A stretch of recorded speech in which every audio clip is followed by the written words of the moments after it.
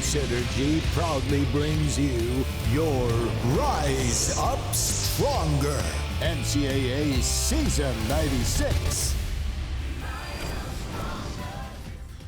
Tuloy-tuloy pa rin ang Tokyo Olympics at kahit dito sa Studio of Champions, we are graced by the best and the brightest stars in Philippine sports. Kasi nga, Day 3 na ng pagtutok natin sa Pinoy Pride sa larangan ng palakasan. Yes, that's true, Martin. Exciting din ang mangyayari sa NCAA Season 96 Virtual Chess Tournament. Kasi ngayon, ang laban para sa third place between Perpetual Altas and Benilde Blazers. Punong-puno tayo ng excitement. In fact, babahan ng medalya today kasi our studio guests are a young tennis star and a national sports legend. Let's begin with an icon in swimming, Mr. Eric Buhain. 15-time SEA Games gold medalist, 2-time Olympian in Seoul 88 and Barcelona 92. Former chairman of the Philippine Sports Commission and the Games and Amusements Board. Inducted this year in the Philippine Sports Hall of Fame. The living legend of Philippine swimming, Eric Buhain. It's an honor. You are a swimming legend, so thank you so much for joining us here. Nako, salamat Martin, salamat Sophia. Thank you very much for the invitation to be here. You've had a very long and fruitful career in sports, particularly in swimming. You brought a lot of gold medals in the Philippines, pati na rin sa pagiging administrator dito for GAB and for PSC as well. Yes, I've had a long history as an athlete, as a coach, as a sports administrator, and a sports official also. So medyo mahaba na rin talaga. Pero speaking of your long, illustrious career, may mga mementos and medals tayo here in the studio that he was willing to share with us from, yun nga, yung career niya. Pero bago ka naging perennial medalist sa Southeast Asian Games, hikain ka pala. Yes. Paano nangyari yun? Paano yun? Actually, I was born with that lung problem. With that lung problem. So, basically, I was very thin, sickly. So, when I discovered the sport of swimming, yun na yung naging blessing sa akin. I gained weight. So, when I started, because of my weakness, I lost for 2 years straight. Wala akong pinanalo. My first 2 years in the sport, wala akong pinanalo. So, this medal here is one of my first after 2 years of struggling. So, This was in high school? This is no elementary. Elementary. Okay, LSGH. Yeah. Okay. This one is my first SEA Games gold medal in the Bangkok Southeast Asian Games. This was in 85. In 1985. Vintage na vintage po. Kaya nga yung lagay. So the medal is pewter, and that's the one that's gold. This one is real gold. It's 18K. Kaya yun yung value niya. Pero grabe, ang bigat niya din, no? I only had one event that year. That's the 400 individual medley. That was the first day of the SEA Games. Wow. So I won the gold, so parang tawag nga sa akin, turista na eh. So Galing! I was like the number one, cheerer for all the sports, going to different venues, cheering the other sports. Kasi usually, sir, for a swimmer, usually maraming events yan nag-qualify eh. Tapos, multiple days, di ba yung qualifiers nila. Pero ikaw, tapos ka na the first day. Yeah, because I was only 15, saka nag-qualify lang talaga ako the 400 IM. So after that, wala na binigay sa akin na pagkakataon to race. Then the next year, 1987, I won 4 golds for the country. Whoa! Yeah. So this one naman, This is one of them. this one is the Manila SEA Games. Manila SEA Games. 1991, I won 6 golds for the country. So this is just one. Hindi ko na dinala yung the other 5. Baka isanda namin. Baka isang dana ni Ipapakita sa kanya yung medals mo, sir, ha? Alam mo na mangyayari. Pero okay, sabihin na natin sea of medals. Kung imagine natin, nandito yung 500 gold medals mo. Meron tayong katangi-tanging phone! Yes. Oh my goodness. But it looks like a walkie-talkie. I thought it was a walkie-talkie. Oo nga eh. Actually, Classic yan. Yeah. Alam mo kasi when I was asked to bring a souvenir from my Olympic experience as an Olympian. So sabi ko nga, I'd bring some souvenirs. This is just a moment of the 88 Olympics. Yes. Okay. So basically, when you become an Olympian, it's like it's the biggest marketing Event. platform, sports event. So they started, every Olympian gets a phone, a cell phone. It's also an incentive for the other Athletes. future Olympians. Pero sir, kwento nyo naman sa amin, because you've been in the Olympics twice. And that's a rare feat, lalo pag Pinoy athletes, kasi bihira talaga. Konti yung nagka-qualify sa atin. Kamusta experience mo sa Seoul and sa Barcelona naman in 1992? 88 Olympics, it was a promise I made when I first won my gold. During this time, I was 11 years old. So I said to my parents, mag-Olympics ako. Parang kumbaga tutuloy-tuloyin ko na siya. So siguro I would say parang pangako ng isang bata na dreaming of becoming an Olympian. So 7 years later, nagkatotoo, I was able to go to the 88 Olympics. And then, what happened the year before, SEA Games Jakarta, I won 4 gold medals. So ang ginawa, I was also the athlete of the year that year. So the next year, 88, sabi ng POC, ako daw mag-flag bearer.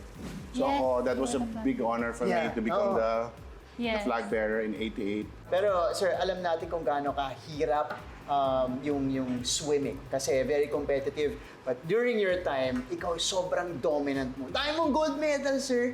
Nabanggit natin 15 times. My goodness, what's your secret to training, to winning? Paano ka nakakakuha ng edge sa competition? That's a very good question, Martin. Alam mo, when you win, you become the target already. If you win one of these, in one of the event, ikaw na yung silver medal hates you. Diba? So, that's what's in my head. The next day, what I'm thinking is I have to be better. So, I have to be better and better. During my swimming days, wala yung Google, wala yung mga, you can search results right away, di ba? Simple types of phone mo lang. During my time, I had to ask embassies, Philippine embassies, mga consular people natin to go to the Japan Swimming Championships, get the result, send it to me. Talagang Ganun ang ginagawa ko noon. yung grind nun, sir. Para makita mo lang yung result, mag-gauge mo ngayon yung time mo sa time nila. So, yun ang pinag-aandaan ko. Ngayon, mas madali kasi type mo lang, Japan Swimming Championship o Japan Olympic Trials, lalabas na yung result. So, mag-gauge mo kagad kung ano yung langoy mo sa langoy nila. And that's how I prepared. I don't... That's the standard. That's a standard. The standard is you have to always be better than yesterday. You know, you cannot be, kumbaga, happy with a gold. Right. And that's amazing. He was locked in, man. I mean, nag-promise siya mag-Olympics ako. Just nag-Olympics siya twice. Committed to really fulfilling the goal. And when he got the gold, mas nagutom pa siya. Correct. Ayun guys, so more stories kasama ang institusyon na pagdating sa swimming, Eric Buhain, sa pagbabalik ng Rise Up Stronger NCAA Season 96. This is our season. Kanina, nagkwentuhan tayo with Sir Eric Buhain tungkol sa sport na first love niya.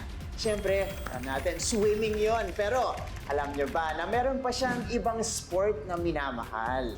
Yes, after mo mag-retire from swimming, nag-shift ka eventually sa cycling about a decade ago. What do you like about cycling naman? What do I like about cycling, Sophia? I lost weight. Talaga?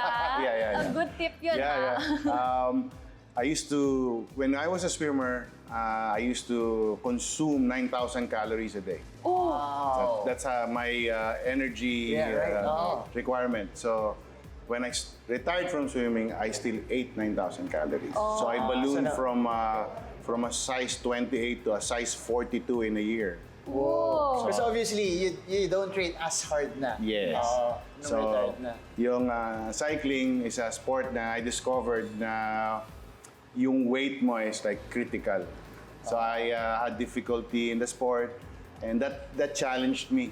So dahan-dahan, losing the weight. So that's why I like it very much, and it's really part of my daily routine. Also for what we were talking about kanina, you know, my lung problem. So at least I can sort of challenge it on a day. Maybe not daily, but mga 3-4 times a week, I do it. Until now, sir. Kasi Yeah. ngayon, uso ulit yung, Yeah. well, marami nagtatry na ulit ng cycling. Yes. It's very welcome right now. Yes. Sir, aside from cycling and swimming, and na-involve ka rin sa ibang sports din, outside your arena or outside, your, sabi nga, your alley.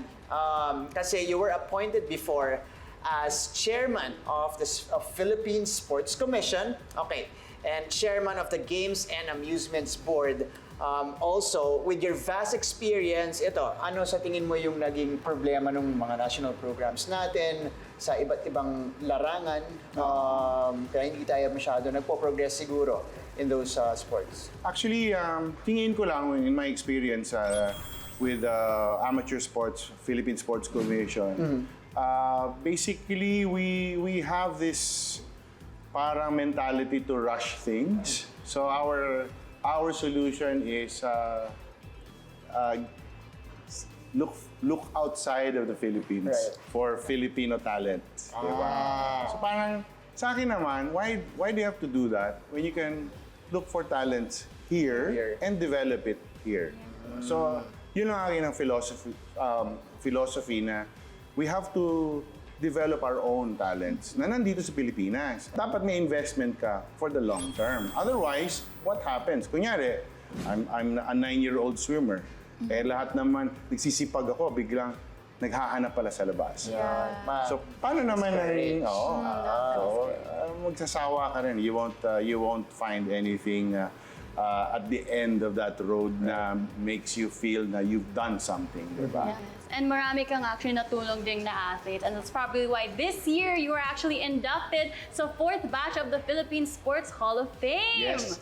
This is the trophy. Yes, this is the trophy. Congratulations! So lahat ng awards na tanggap mo, ano kaya yung sweetest for you? Actually, this is, it's coming from a boy born with a lung problem to this, to the medals that we saw, to this is just, I can't believe it actually. So parang my life story has been almost impossible story to reach. So sa akin lang, I want to express that to the future athletes na you can do almost anything you want. Anything you want, di ba? Dahil just have to believe. That's right. And sir, for me, perfect culmination for really a historic career. Congratulations. Congratulations Fame. again. Man, yun ang sasabihin ko, Hall of Famer na ako. Oh! Hindi It's a lang wrap. two-time Olympian. Thank you. Wow. Sir, dahil ongoing yung Olympics ngayon, ikaw, 2 beses mo na-experience yung Olympics. Do you have any message to our Olympians who are competing right now? Yes. Lalo na sa mga swimmers din Yes. natin. Sa mga Olympians natin who are going to be or are in Tokyo right now, remember that you're there for the country. But also remember that you're there to perform your best. Don't let the emotions get the best of you. Kasi that happened to me as an Olympian. I got to that point na parang I put a lot of pressure on what is expected from an Eric Buhain, over 100 million Filipinos, etc. So humaba yung iniisip mo. But the importante is do your best. If you can win a gold medal, just think about that. Ganyan lang ang gawin ninyo. The rest will follow. The country will pray for you. The Filipinos will be cheering for you, and we will all be there behind you. So, yun lang ang payo ko sa inyo. Huwag kayong mag-isip masyado kung ano ang mangyayari pag uwi ninyo, o mangyayari, ganito. Ang isipin nyo lang kung ano ang kailangan nyo gawin magmula ngayon hanggang sa moment na lalaban ako. Thank you. Very inspiring.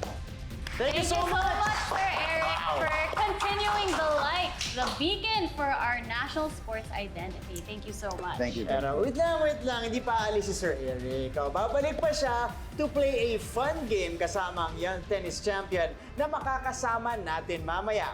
But in the meantime, kilalanin natin ang country's best bet in pole vaulting sa Tokyo Olympics, si EJ Obiena. Ako si Ernest Viana, pole vaulter. Proud to be Pinoy sa Tokyo 2020 Olympics. Mga 4 years old po ako, nasa Rizal Memorial ako. My dad would basically put me like to grip the pole. My dad would like swing me to the big basically mattress. And then high school, that's when pole vaulting started to have competitions in that level or in that age group. So I started pole vaulting, and then I saw it as a token to go to a good university. You know, that's when I started to get serious. Noong 2014, sa edad na 18, nagbago ang buhay ni EJ nung pumasyal sa Pilipinas ang idolo niyang si Sergey Bubka. Nagpa-autograph siya and it was life-changing. I was supposed to be in and out in maybe 5-10 minutes. It ended up like maybe 3-4 hours of just talking about the sport that we both love. And then before it ended, he came to me and said, you know, we have actually a program in the IAAF. If you jump 5 meters, we will be able to kind of sponsor you or send you a scholarship to be in the Formula in the World Pole Vault Training Center. He opened the door for me to know what is pole vaulting internationally.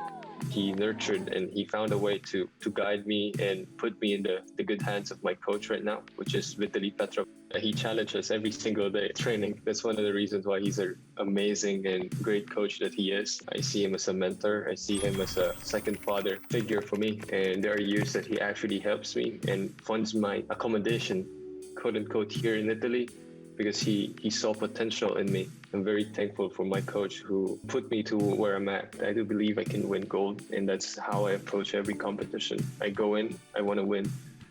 Marami kaming naniniwala sa kakayahan mo, EJ. Papangako ko sa inyo, gagawin ko lahat.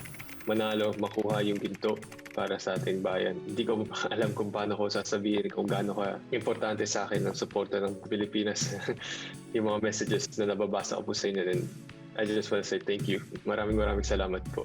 It's not an easy thing to stay motivated. It's not easy to stay fit and stay training for the student athletes. I'm really hoping that sports can come back soon in NCAA and finally be active again, and all the student athletes be able to perform and be able to enjoy the camaraderie of sports.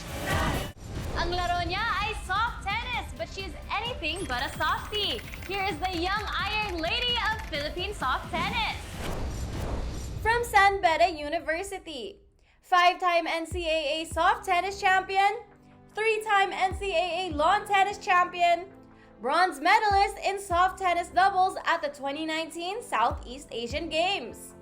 The rising star of Philippine soft and lawn tennis, Princess Catindig.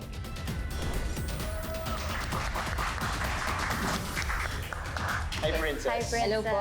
How are you? Okay lang po. Okay lang. Ngayon lang, kababalik lang din sa mga interviews. So which one here is the most memorable for you? Actually, lahat naman Lahat. memorable sa akin. Pero, yung last, yung pinaka na-enjoy ko talaga kasi dito ginanap sa Pilipinas. Itong SEA SEA Games. Yes. Tapos, madami din kasi kami pinagdaanan as a team talaga. Pinaghirapan talaga namin makamedal. And for me, tong bronze medal na to is like a gold para sa akin. Kasi nga, buong team kami na nagtrabaho para dyan. So, kung yung 3 teammates ko, yung buong team ko is nag-gold, kami yung nag-bronze, parang add na lang yan. But overall, we're grateful and na nakuha namin lahat. Pero you got this medal while you were still a student pa, no? You were still studying. Yes, graduating. Amazing. SEA Games bronze medalist or medalist ka na. Yeah. Pero I think feeling ko yung parang sweetest factor doon, you got to do it in front of your countrymen. That's it, diba? Representing the country, tapos dito ginanap, iba rin pakiramdam na yan. Pero parehas ka nag-compete, nabanggit natin doon, champion ka sa lawn tennis, champion ka sa soft tennis. Sabihin mo naman sa amin yung difference niya kasi medyo may mga nalilito dyan. Siyempre, familiar tayo dun sa or at least karamihan ng tao yan sa lawn tennis at sa regular sport that we see usually. Ano yung kaiba niya sa soft tennis? Ang soft tennis is white rubber ball and soft, of course, soft siya, malambot. But ito kasing tennis kasi matigas, so hard kasi talaga siya. Tapos ang soft tennis racket naman is, ito kasing tennis, mas malaki yung head size and mas mabigat. Sa soft tennis naman, mas lightweight and mas maliit yung head size. Parang magkalapit lang din sa squash pero medyo mas malaki ng konti. So, Ano mas magkaiba ng... mahirap? ano mas mahirap? Mas Ano magkaiba kaya mas ng ano yun mahirap? ng Actually, diskarte parehas yun naman, eh. parehas talaga na mahirap. Lahat naman ng sports mahirap. So, same lang. Pero para sa'yo, personal preference, ano mas trip mo doon? Soft or Sa akin, soft tennis. soft tennis? Yun yung Doon ano na niya. talaga ako na buo. As in, nag-start ako sa lawn tennis but yung personality and all, sa soft tennis na ako. Ngayon, Princess, sumisikat yung among young Filipinas, itong tennis dahil sa collective efforts niyo, dahil sa mga panalo, all the way kay Alex Iyala rin, di ba? Nakakuha siya ng success in international competitions, who's now also in the Juniors World number 3 or the Juniors World number 3. Ayan. Pero para sa'yo, ano yung nakikita mong potential sa mga Pinay tennis players natin and how can we maximize the potential para makapag-compete sila internationally? Oo. Pero bago mo sagutin yan, may pa-challenge kami sa iyo. Kasi 'di ba, ang dami mong pinakitang credentials dito. So i-challenge ka namin. Dapat isasagot mo yung tanong na habang ginaganon mo yung ball. May racket tayo dito. Easy to? Okay. Tingnan natin. easy to. Everyday. Gusto mo nakaupo or nakatayo? Ikaw bahala. Hindi, sige, Anong gusto nakaupo mo? na lang. Really? Kaya mo? Kung Kaya gusto mo Mas, yan. hindi ko alam. Okay, sige. Kung ano yung mas prefer mo? Parang ang hirap sumagot, pero tatry ko. Sige. Sige. Sige, umpisa mo muna yung bounce. Yan. Okay na yan. Okay. Ay, rin. Sige. Parang walang sa kanya. Siguro, for me kasi, may mga grassroots kasi kami ngayon sa soft tennis and sa lawn tennis. Yung mga bata ngayon kasi, marami na din talaga silang potential na ipapakita. And marami din silang napagkukumpitan ngayon, kahit pandemic. Wait nga, sorry, ang hirap kasi. Ang hirap kasi, so... Yun, katulad nga, example nga yan, si Ayala. So, Ayala. ano ba yan? Focuses. Ano kasi, katulad, madami siyang tournament na sinasalihan. So, malaki exposure na nakikita ng mga bata. So, for me, yun yung... Hirap. Hirap, sorry. Sumuko na siya. Sorry, ang hirap. Hindi ako focus. Hindi kasi tatlo ginagawa niya. Nagkasalita siya, sumasagot siya. Iniisip niya yung sagot. Iniisip niya yung sagot niya. Pero tumitingin din siya sa camera. Nakikita ko gumagano'n-ganon din siya.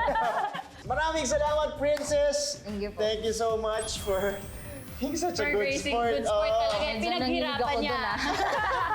dun, Piling talaga siya. Pero ngayon naman, pagsamahin na natin ang rising star ng Philippine soft tennis sa legendary supernova ng Philippine swimming. Nagbabalik si Mr. Eric Buhain.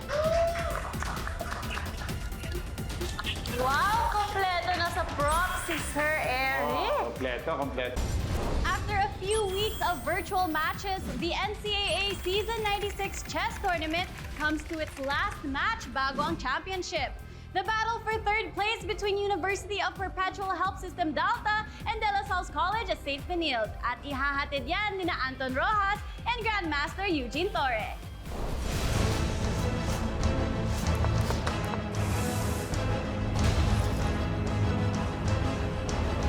Nagpapatuloy ang ating online chess tournament sa NCAA Season 96 ngayong araw sa GTV. Hello muli mga kapuso, ako po si Anton Rojas alongside Asia's first chess grandmaster and a man inducted to the World Chess Hall of Fame recently this year, Grandmaster Eugene Torre at GM Eugene. Ang huling apat na manlalaro sa ating tournament ang aming handog ngayon para sa lahat ng mga chess fans ngayong araw. Totoo yan. At ang labanan ngayong araw, Anton, ay kung sino ang makakakuha ng third place. Napaka-importante pa rin yan. And of course, yung susunod na match natin, ito yung pinaka-most important dahil dito malalaman kung sino talaga ang magiging champion this year sa NCAA Season 96. So ayan, in-explain na po ni Grandmaster Eugene Torres. Sisimulan po natin sa battle for third. Tignan natin kung paano ba tayo nakarating sa puntong ito. So we just saw the semifinals matches in the past 2 days. So natalo po si Yulo at si Sato sa kanilang mga semifinals matches. Kaya naman si Ancheta at Digno ang maglalaban sa finals. Pero dito sa battle for third, it will be Zirex Sato and Adrian Othniel Yulo. Sila po ang maglalaban para sa bronze medal. And we're going to have a new champion this year dahil nga yung defending champion na Perpetual, represented by Sato, natalo sa kanyang semifinals match. So up for grabs yung championship ngayong season 96. This was the mechanics. 3 juniors, 3 seniors, participants per school, all games played on lichess.org. And we are in the final stage of our tournament, the battle for third and the finals. Pero dahil nasa battle for third pa rin tayo today, yun po ang laro na ating i-feature. 15 minutes ang laro. Pero bukas, sa ating huling coverage ng NCAA Online Chess, we will go the distance with a 20-minute time limit in the match. So napaka-exciting ng ating laban ngayon, GM Eugene. Grabe, halos abot kamay na ng ating mga chess wizards ang medalya. Very exciting talaga, Anton. How I wish nung panahon ko ay may ganitong labanan. Nakakaingit kahit papano. Kasi very exciting talaga. Kaya looking forward itong match-up ngayon. Tignan natin kung sino ang magwawagi para makamit ang bronze medal. Ayan, sa aming pagbabalik, ating kikilalanin ang mga sasabak sa aksyon sa chessboard sa ating battle for third. It is Zirex Sato ng Perpetual Altas at Adrian Othniel Yulo ng CSB Blazers. This is our coverage of NCAA Season 96.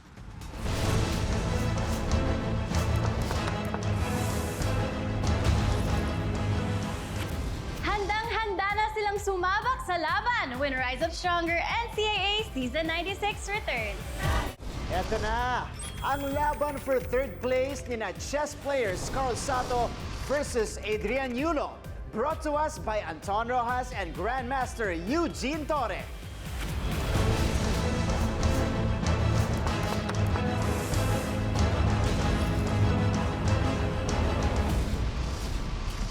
Mga kapuso, inyo pong napapanood ang aming coverage ng NCAA Season 96 Online Chess at Battle for Third. Ang aming handog sa inyo ngayong araw, Zirex Sato ng Perpetual Altas versus Adrian Othniel Yulo ng CSB Blazers para sa bronze medal. Maraming salamat sa inyong pagtutok. Anton Rojas kasama si GM Eugene Torre. Alam mo GM, last year gumawa ng kasaysayan yung Perpetual, winning their first ever NCAA Chess Championship.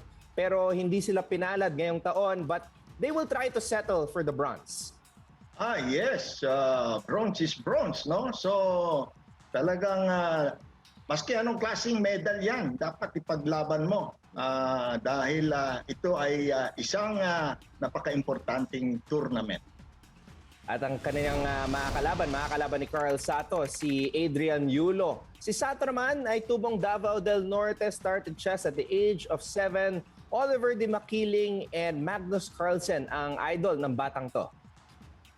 Oo. Taga Davao kasi yan no?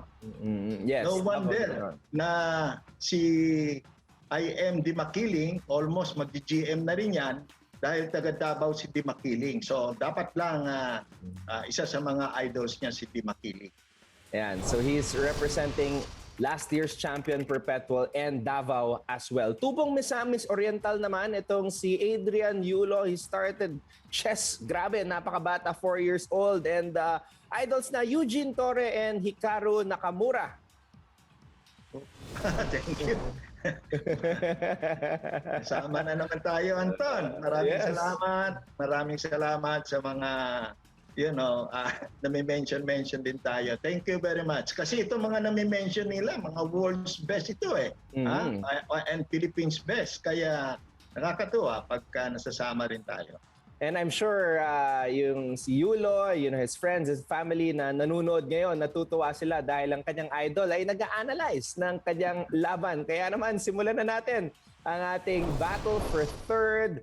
This should be a good one. This is for the bronze medal, GM Eugene. And we've seen great matches throughout our coverage ng NCAA chess. For the bronze, go, go, go! Ayan na. Sicilian defense. Ayan. Close variation ng Sicilian defense. Wow, mabilis ang tirada nila, ha? Talaga naman, ha? Mga bihasa na talaga. Ayan, pawn D3. Yan ang setup ng close variation ng Sicilian defense, Anton. So, minsan yung setup ng block na ito, tinitira ko rin ito. Pero usually sa blitz, sa blitz or rapid kaya, oo. Minsan kasi may tendency din ako na hindi masyadong mga main line. Oo, so lalo na nung nagkaedad-edad na ako, hirap din kasi yung mag-aral-aral Anton. So, ayan, H3 para walang knight G4. Siguro gusto niya mag-bishop E3 o gusto niya mag-F4. Ayan, tinira na knight A4. Oo, inatake kasi yung knight walang choice. Ayan, so under attack ngayon itong pawn. Pinush niya, hindi kasi makain. Bakit kaya? Maatakihin ang bishop So hindi makain ang queen yan. Ngayon, F4, persadong dumipensa. Yan, dumipensa ngayon. Ang tanong, knight C6 mukhang usual. Pero pwede sana D4 Para mas gusto ko yung D4, Anton, para mag-exchange yung yung bishop, yung white square bishop. O ngayon, nag-bishop E3, D4 pa rin, always D4, yan. Para ma-exchange yung, dito sa position, Anton, na ito, na close variation, kung ma-exchange mo yung white square bishop, mas okay. Yung black, pag na-exchange niya yung white square bishop, yan, katulad niyan, knight E7 para exchange, no? So, ewan lang natin kung maganda yung, pwede rin kasi may nakita ako G5 doon kanina. Pero anyway, yan na yun. D3, H5 para walang G4. No? Pero ang hindi maiwasan dito ng white na may exchange na yung white square bishop. And syempre yung white square bishop, tumutulong yan, Anton, to protect the white king So pag na-exchange yan, parang nababawasan yung control mo sa white square. Ayan, mabuti na lang mayroon siyang knight sa C4. Yan ang tawag na taras knight. Ibig sabihin, yung knight na yan, hindi siya ma-threaten ng pawn. Oo, pwede lang siyang ma-exchange with another piece, pero hindi siya ma-threaten ng pawn. Yan. So, A3, mukhang okay naman yan. Finally, kinain. Actually, matagal na yung kain na yan. Ayan, so, andyan na yung dalawang kabayo. Tignan natin. Kailangan mag-ingat. Buti na lang. Queen E1. Takot kasi, baka may double check Although well protected pa naman, pero baka malingat Kaya nag-Queen E1. So, maano na ito Anton? Pagulo na ng pagulo. H4. Pero may weakness yan Ewan ko kung yan ang best. Siguro ayaw niya maka G5. Ayan. G6. Grabe. Grabe. Napakaganda, GM Eugene, ng ating laban dito sa Battle for Third. Ito yung mga laban na really worthy of a high-stakes chess match dahil nga ngayong araw nakataya na ang bronze medal para dito kay Carl Zirex Sato at kay Adrian Othniel Yulo. Itutuloy natin ang labang ito sa aming pagbabalik. Ito po ang NCAA Season 96.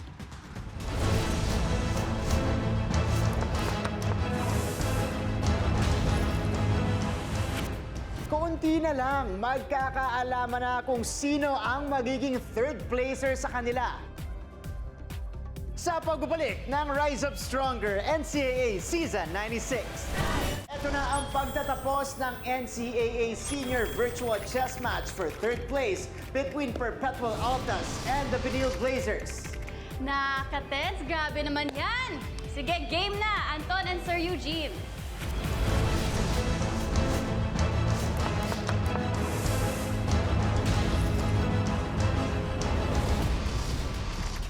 Inyo pong napapanood ang aming battle for third matchup sa online chess ng Seniors Division sa NCAA Season 96. Carl Zirex Sato ng Perpetual Altas versus Adrian Othniel Yulo ng CSB Blazers. Para sa iyo, Grandmaster Eugene, sino ba ang lamang sa labang ito so far? Well, ngayon ay palagay ko may konting lamang ang black. Kasi yung last move kasi nung white, rather nung black na G6, siya yung lamang-lamang before that. Pero dapat kinain niya na yung pawn sa A3 para mabuksan yung queen side. Kasi ang laro ng black dito sa queen side eh. Ngayon, nag-G6 siya, itong huling move niya, pwede na ngayon tumira ang white ng A4 para masarhan. At malamang sa hindi, draw ang laro. Walang mapasukan pareho. So, tingnan natin kung mag-A4 ang white. Tingnan natin para masarhan na. Okay, tignan natin kung makikita ni Yulo yung A4. Tuloy na natin itong laban na to. Ay, hindi pa. Yung king yung gumalaw, umiwas muna. Parehong hindi hindi nila ewan ko. Pero kung ako yan, A4 na, kain ko na kagad yung A3 para mabuksan. Kasi yun lang ang opportunity eh. Kung ako ang white dito, A4 ko na. Ayaw pa rin eh. Wala. Siguro hindi masyadong nare-realize. Ayan, pwede pang A4 ngayon din, A4 na. Ayaw pa rin. Ngayon, kakainin na yan dapat para ma-break yung queen side. Alam mo, ayan, nag-A4 na tuloy. Pabor sa black pag nabuksan ang queen side, Anton. Mm-hmm. Kasi dyan yung ang play dyan, ayan katulad niyan. Kumain yung knight. Ngayon may threat na doon sa C2. Samantalang kung nasarhan sana yung queen side na yan, wala nang play dyan. And malamang matabla na yon. Ngayon, dyan nagkakaroon ng play ngayon ng ang black. For example, rook A8. O yan. Siya na yung may mga rook A2 na siya na threat. Hindi pa naman, tingnan mo Anton, hindi ma-exchange yung rook kasi kakainin lang, sabay libre yung pawn sa C2. Ayan, ang hirap naman ng buhay na to. Naging defensive na ang white. Rook A2. Paano yan? Sabay takado yung queen. O knight E4. O rook A2 na ata. Ayun, rook A2. Persado ata queen B3 Yan. Persado na lahat. Ngayon, queen, Queen A6 siguro. Queen A6, yan. Para control yung A5. Yan naman yung mga usual In the meantime, hindi pa makalundag yung mga knight ng white. Ayun, in exchange, siguro dito rook B1 na lang. Ay, kinain. Naku, papasok na yung queen. Naku, delikado pag pumasok yung queen. So you think that was a crucial mistake by Yulo kasi sa puntong ito, GM, lamang pa sa oras si Carl Sato Oo, pwedeng crucial yon na pwedeng ikatalo ng white kasi pumasok na yung queen. Alam mo, ayan, ako, panlupit. Magkakaroon pa ng pass pawn. Huwag mong papapasukin ng queen, Anton, at delikading. Katulad niya, mukhang delikado na. Ay, nako, may check na, check. May check ng queen. Tapos kain yung pawn sa C2 ng knight. May check pa. Nako, katulong na yung knight. Mukhang na ito. Mukhang hindi na tatagal dito, Anton, ng white. Sandali na lang ito. And Sato is actually in a race against time, GM Eugene, dahil 37.5 seconds na lang ang natitira sa kanyang oras. So he's actually doing some good and quality moves despite the time pressure. Oo, buti na lang. Madali nang ipanalo yung posisyon niya. Otherwise, kung hindi, baka matalo pa siya sa time. Although winning na sana siya sa posisyon. Ayan, knight e3. May threatening mate sa G2. Mukhang indefensible, Anton. Wow. Mukhang wagi na rito ang black. Check. Kaya nang gulo muna. Alis lang yung king. Wala nang check. Nako, mati na. At dahil alam na ni Yulo na wala nang takas yung kanyang king, totally cornered, nag-resign na siya, GM Eugene. So, Yulo resigning in his last 2 matches here in NCAA Season 96 online chess. What a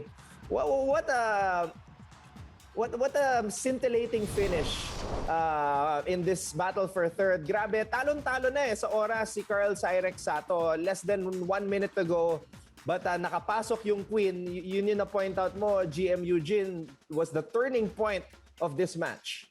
Yun ang sinasabi ko, Anton. Considering sana na lamang sa time yung white, kung nasarhan niya lang yung queen side, wala nang pasok ang black at baka ma-pressure pa ang black sa time. Kasi lamang nga ang white eh. Yan, alam mo, ganyan ang chess, Anton.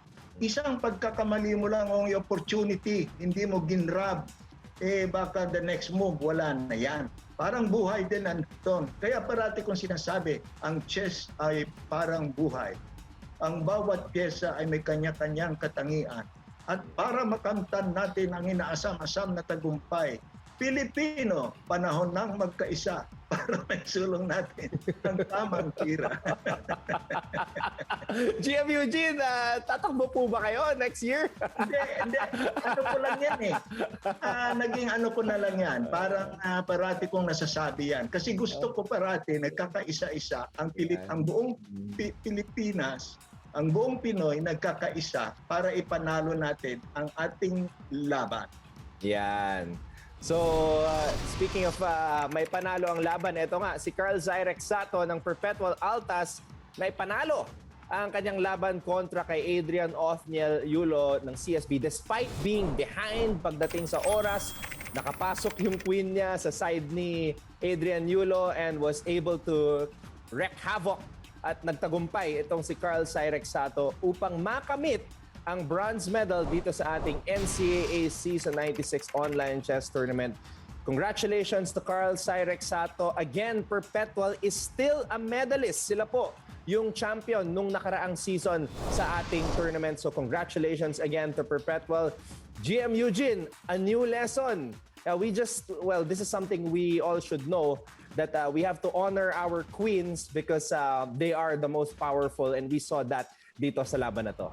Oo, grabe yung pasok ng queen. Talagang dapat alagaan natin yung ating queen, yung tamang paggamit sa kanya dahil very powerful ang queen.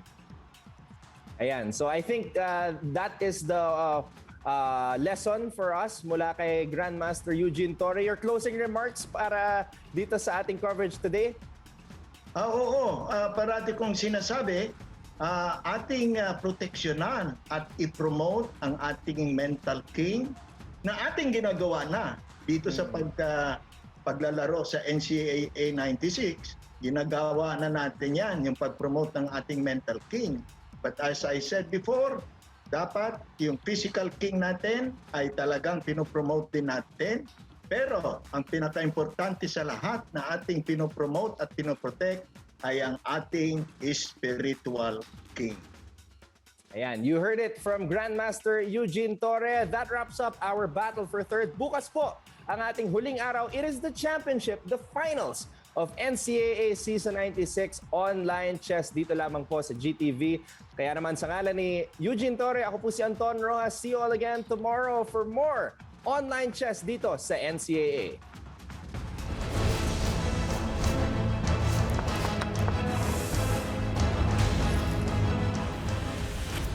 Congratulations, Sato of University of Perpetual Health System, Dalta, our bronze medalist in the NCAA Season 96 Virtual Chess Tournament Seniors Division. Uy, so ibig sabihin, bukas, yung chess finals na. Yes, and sino kaya ang winner? Kayo din guys, pwedeng maging winner. Pwede kayong manalo ng GMA for the Box or GMA Now. So join our Rise Up and Win promo. This is Rise Up and Win promo. sagutin at manalo. Sino ang male guest ngayon na 15-time international swimming gold medalist? Send your answer to www.gmanetwork.com/NCAA. Rise up and win and follow the instructions. Dalawa sa inyo ang mananalo, isa ang makakatanggap ng GMA Affordable Box at isa ng GMA Now. Follow and visit NCAA Philippines on Facebook daily for the announcement of winners.